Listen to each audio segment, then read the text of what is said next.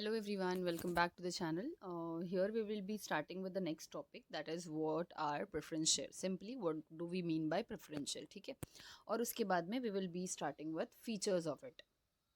तो अगर ऐसा क्वेश्चन आता है what are preference share, explain its feature, तो हमको क्या करना है, सिंपल वे में हमको एक्सप्लेन करना है. जितना हम कर सकते हैं सिर्फ उतना ही, स्ट्रेस लेने की कोई ज़रूरत नहीं है, पूरा टेक्स्ट बुक छापने की भी कोई ज़रूरत नहीं है. ठीक है. See if you have studied well definitely write the whole answer, है ना. पूरा आंसर लिखना है. लेकिन अगर ऐसा होता है कि कुछ चीज़ें नहीं याद आ रही तो उसी पे स्ट्रेस करना या फिर पेन को ठोकना पेपर के ऊपर कि भाई अभी याद आ जाएगा, अभी याद आ जाएगा. Don't do all such things. जितना आता है उतना ही लिखना है हमको. ठीक है. इंस्टेड ऑफ लीविंग, कुछ नहीं लिखने से बेहतर है कि आप कुछ लिखो. ठीक है. तो इसके लिए मीनिंग में हमको बहुत ही स्मॉल मीनिंग लिखना है. Preference shares are those share which carry preferential right, which carry what? Preferential right, which carry preferential right of what? Over payment of dividend and repayment of capital. Over payment of dividend, ठीक है, POD.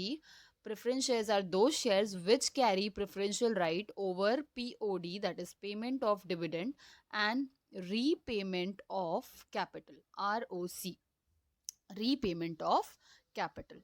So again, what are preference shares, or what do we mean by preference share? Preference shares are those shares which carry preferential right over POD, that is preference payment of dividend, and repayment of capital, that is ROC. Okay. So the next is features of it. अब यहाँ पे आपका smart code क्या है? मोर voting preference. Of course इनको voting क्या है, बहुत कम है. सिर्फ वो मैटर्स पे ये लोग वोट कर सकते हैं जो उनके इंटरेस्ट को अफेक्ट करता है ना. लेकिन यहाँ पे पॉइंट का नाम क्या बनाया गया है? मोर वोटिंग प्रेफरेंस. ठीक है. जो भी स्मॉल में है उससे कोई पॉइंट नहीं है, और जो कैपिटल में है उनसे ही पॉइंट्स है. M stands for market value. ठीक है. तो यहाँ पे इनकी मार्केट वैल्यू क्या होगी? क्योंकि इनका रेट ऑफ डिविडेंड फिक्स्ड है, जो हम आगे देखने वाले हैं. इनका रेट ऑफ डिविडेंड क्या होता है? फिक्स्ड होता है. प्रेफरेंस शेयर वो शेयर्स होते हैं जिनका रेट ऑफ डिविडेंड जो है इनिशियल स्टेज पे ही फिक्स कर लिया जाता है. तो यहाँ पे इनकी मार्केट वैल्यू क्या होगी? वो चेंज होगी क्या? नहीं, क्योंकि रेट ऑफ डिविडेंड ही फिक्स्ड है. तो market value will also be stable, और we can say fixed.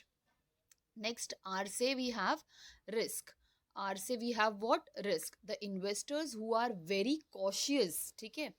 The investors who are very cautious generally invest in such types of shares. Very cautious, बहुत ज़्यादा कॉशियस, ये एक इंपॉर्टेंट वर्ड है जो आपको इस लाइन में आना चाहिए. अगर रिस्क लिखते हो पॉइंट, तो आपको ये ध्यान में रखना है कि we have to write this cautious word. Okay.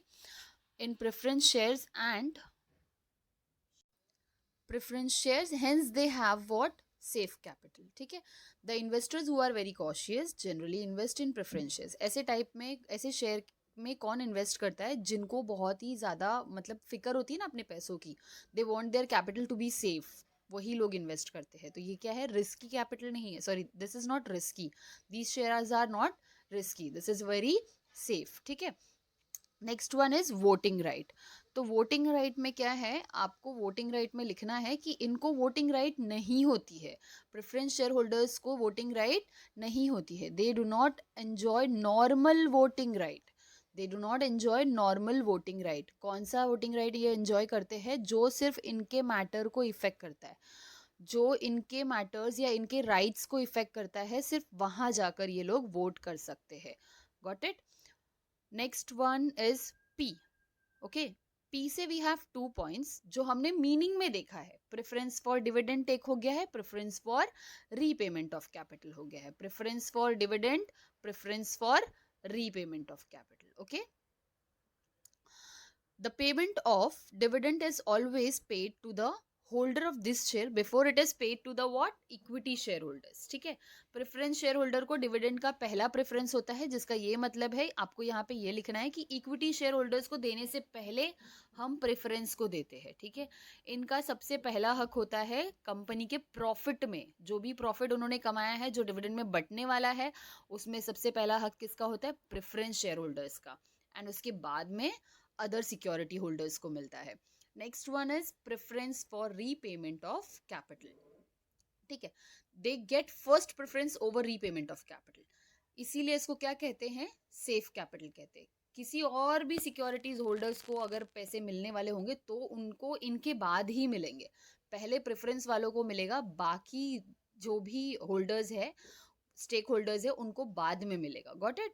तो यहाँ क्या है, preference for repayment of capital में you have to write they get first preference over repayment of capital, they get first preference over repayment of capital, and hence it is known as what, safe capital.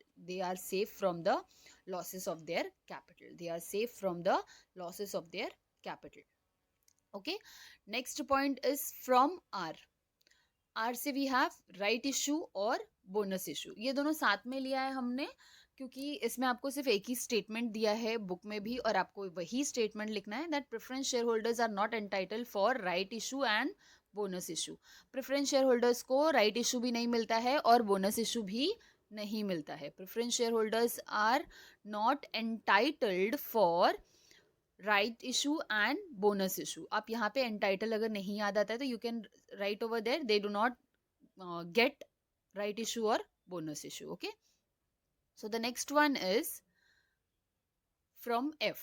ठीक है, F से we have the point fixed return और F से we have what, face value. ठीक है, तो पहले देखते हैं फिक्स्ड रिटर्न में क्या है, क्योंकि हम तब से पढ़ रहे हैं कि इनको इनका डिविडेंड कौन से रेट पे मिलता है, फिक्स पे, इसलिए इनका मार्केट प्राइस भी क्या था, मार्केट वैल्यू भी क्या था, फिक्स था। तो यहाँ पे इनका रिटर्न क्या है, फिक्स्ड है। रेट ऑफ डिविडेंड इनको कैसा मिलता है, फिक्स्ड रेट ऑफ डिविडेंड मिलता है। इनको रेट ऑफ डिविडेंड कैसा मिलता है, फिक्स्ड रेट ऑफ डिविडेंड मिलता है। That is what you have to write. Fixed return में यहाँ पे आपको लिखना है they get fixed rate of dividend as in income, you can add the word. Next point is face value from F. Face value में यहाँ पे इनकी फेस वैल्यू है ₹100। Okay, they have the face value is ₹100 and it is relatively higher, ये relatively higher than what, equity share. Equity share का price क्या था, I hope you remember, that was ₹1 to ₹10। तो ये उससे ज्यादा हुआ, इसीलिए it is said that the face value of preference share is relatively higher than the equity share ka price, and that is what, ₹100. Got it? So after the face value we have next point as nature of capital. ठीक है, nature of capital में आपको क्या लिखना है, the preference share do not provide permanent capital as they redeemed after certain period of time. तो यहाँ क्या होता है कि उनका नेचर ये है कि वो लोग परमानेंट कैपिटल नहीं देते। परमानेंट कैपिटल कौन देता है, इक्विटी शेयर होल्डर्स देते हैं, right.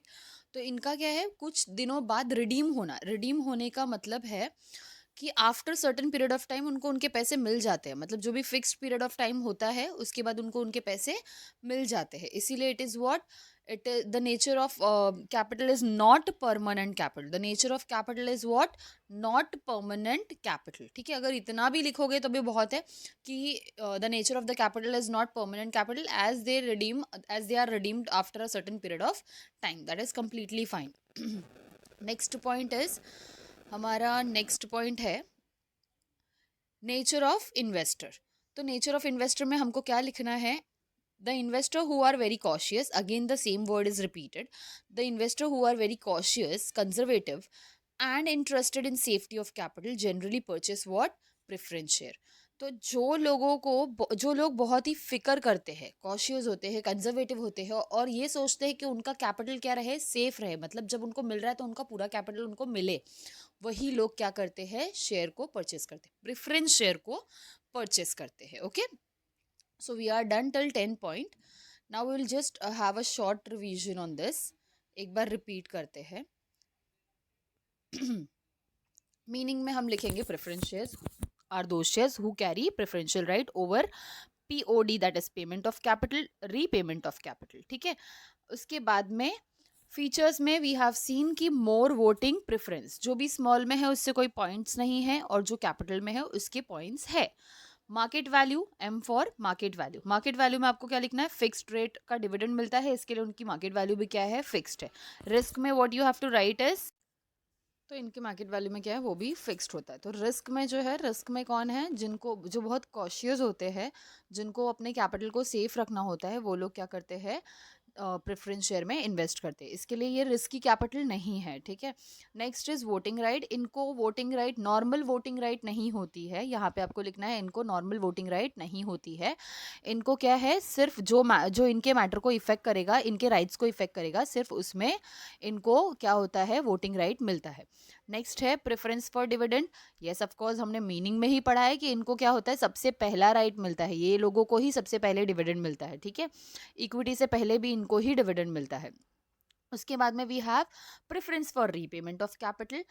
The what the preference shareholders get what repaid, the preference shareholders always get the payment back to them, ठीक है। और ये क्या है, सेफ कैपिटल है, ये क्या है, सेफ कैपिटल है।